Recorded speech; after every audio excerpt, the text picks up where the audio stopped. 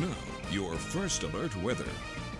We have our Idaho Falls Skycam pointed eastward today in anticipation of the rising of a full moon tonight. It's going to be a good one, a bright one, and it's going to be a new moon, the second one this month. The last one was on the 1st of the month, and of course today's the 31st. Looking at a 53-degree current temperature in Idaho Falls. It's nice and sunny outside, but we saw kind of a weak cold front move through last night. So we're looking at cooler temperatures today than what we saw yesterday, but fortunately wind speeds aren't too bad, down around 9 miles per hour, and once the sun sets, wind speeds are going to calm down even just a little bit more. We'll just look for light breezes through the nighttime hours.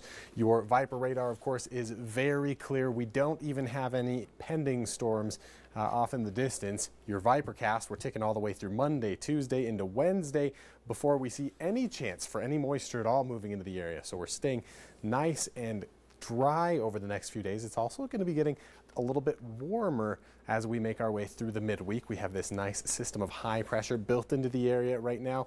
So the west coast, the entire western portion of the country, looking nice and clear for the next several days. In the meantime, on the east coast, they're dealing with some winter weather. So be glad you're right here. Here's a look at your lows tonight pulling into tomorrow. We will be looking at a slightly warmer day tomorrow with 60-degree temperatures back into the southeast portion of the state. But tonight, all of us are looking at a decent frost. We'll even see temperatures dip down into the teens for some of the higher elevation areas. Also Jackson looking at about 10 degrees overnight tonight ahead of a 53-degree day tomorrow.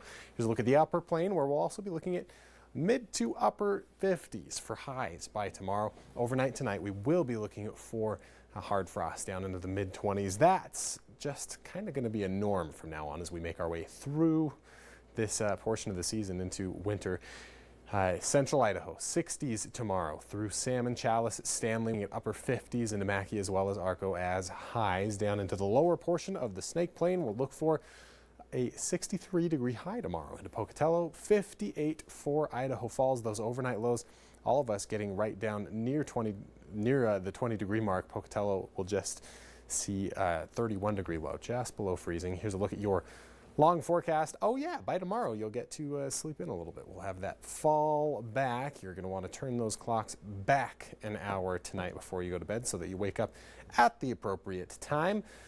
We will have a pretty busy week here despite the fact that our weather is calm. We've got to get out and vote Tuesday. Temperatures will be nice at that point, a little bit warmer than what we're dealing with right now. We'll finally see a cold front closing in by next weekend. At that point, we will expect a drop in temperatures, some wind, possibly some snow moving in as the storm system rolls on into the area. Pocatello, in the meantime, will look for 60s tomorrow, upper 60s as we push through the midweek with lots of sunshine on the way. We're going to enjoy very pleasant conditions here where average highs this time of year are into the 50s for most of the plain.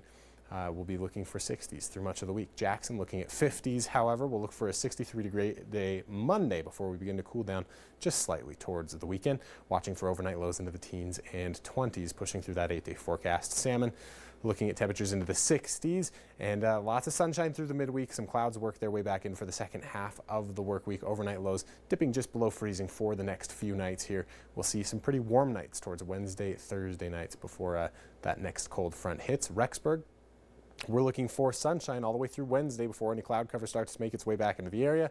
You'll want to, again, turn those clocks back. I got the reminder on every page, mostly for myself. We will look for breezy conditions by the end of the week, but in the meantime, we're sitting pretty for Blackfoot. Temperatures into the 60s just about every day with overnight lows just scratching freezing. Emma. All right. Thanks, Andrew.